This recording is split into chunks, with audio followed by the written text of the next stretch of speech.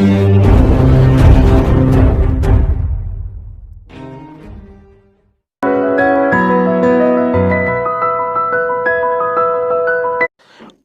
अपना हिंदी न्यूज़पेपर उत्तम पुकार न्यूज।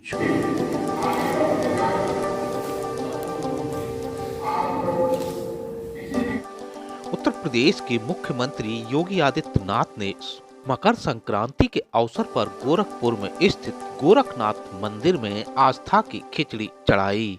इस अवसर पर सीएम श्री योगी ने समस्त प्रदेश वासियों को मकर संक्रांति की शुभकामनाएं व बधाई भी दी। मकर संक्रांति का पावन पर्व है। मैं पूरे प्रदेश वासियों को मकर संक्रांति की हार्दिक बधाई और शुभकामनाएं देता हूं। मकर संक्रांति का यह पर्व जगत पिता सूर्य की उपासना का पर्व है और स्वाभाविक रूप से इस चराचर जगत की प्रत्येक घटना भगवान सूर्य से जुड़ी हुई है। देश के अंदर अलग अलग क्षेत्रों में अलग अलग नाम और रूपों में पर्व मनाया जाता है।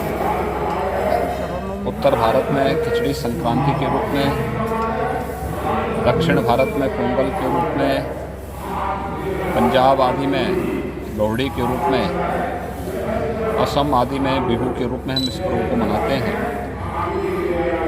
बंगाल में, महाराष्ट्र में तिलवा संक्रांति के रूप में भी इसकी मान्यता है। और इस अवसर पर बड़ी संख्या में श्रद्धालुजन पवित्र नदियों में, तालाबों में, सरोवरों में स्नान करके भगवान सूर्य को अर्घ्य दे करके भारत की सनातन धर्म की परंपरा के अनुसार दान आदि की क्रियाओं को संपन्न भी करता है। गोरखपुर में महायोगी भगवान गोरक्षनाथ जी को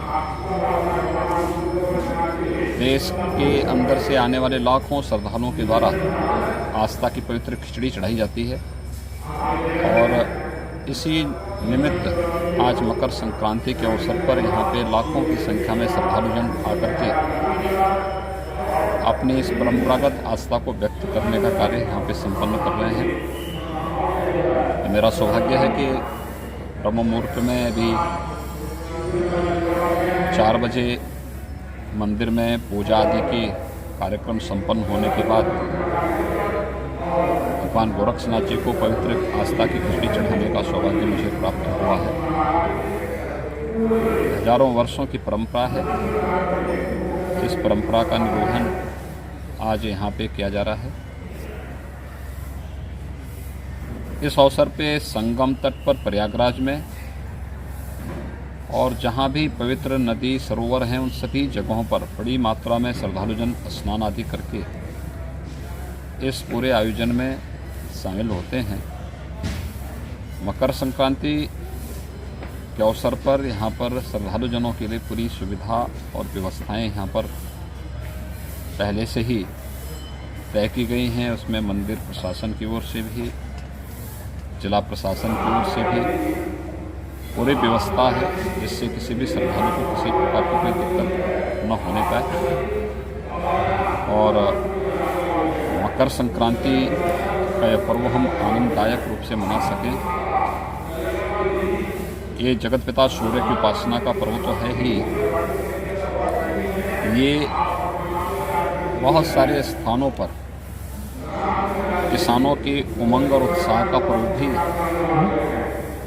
के रूप में भी इसे मनाया जाता है।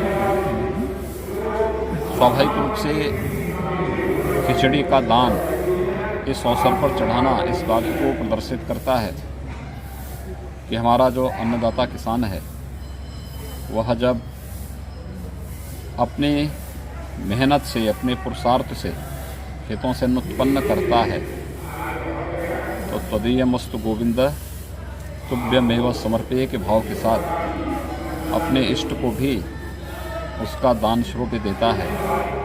दूसरा, खिचड़ी एक सुपाच्य भोज्य भी है।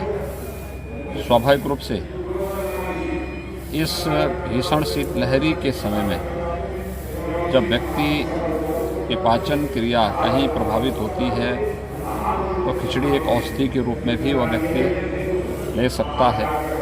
और आज एक कार्यक्रम यहाँ पर मकर संक्रांति के अवसर पर भगवान गोरक्षनाथ जी को आस्था की पवित्र खिचड़ी चढ़ाने के लिए जो लाखों की संख्या में श्रद्धालुजन आज आए हुए हैं, उन सब को और पूरे प्रदेशवासियों को मैं मकर संक्रांति की हृदय से बधाई देता हूँ, अपनी शुभकामनाएं देता हूँ और विश्वास व्यक्त करता हूँ कि जो भी व्यवस्था बनाई गई है उसका पालन करते हुए सभी श्रद्धालुजन और जहाँ कहीं भी मकर संक्रांति के आयोजन के साथ जुड़े हुए हैं, कोविड-19 के प्रोटोकॉल का पालन करते हुए वह इस पूरी व्यवस्था के साथ अपना सहयोग करेंगे।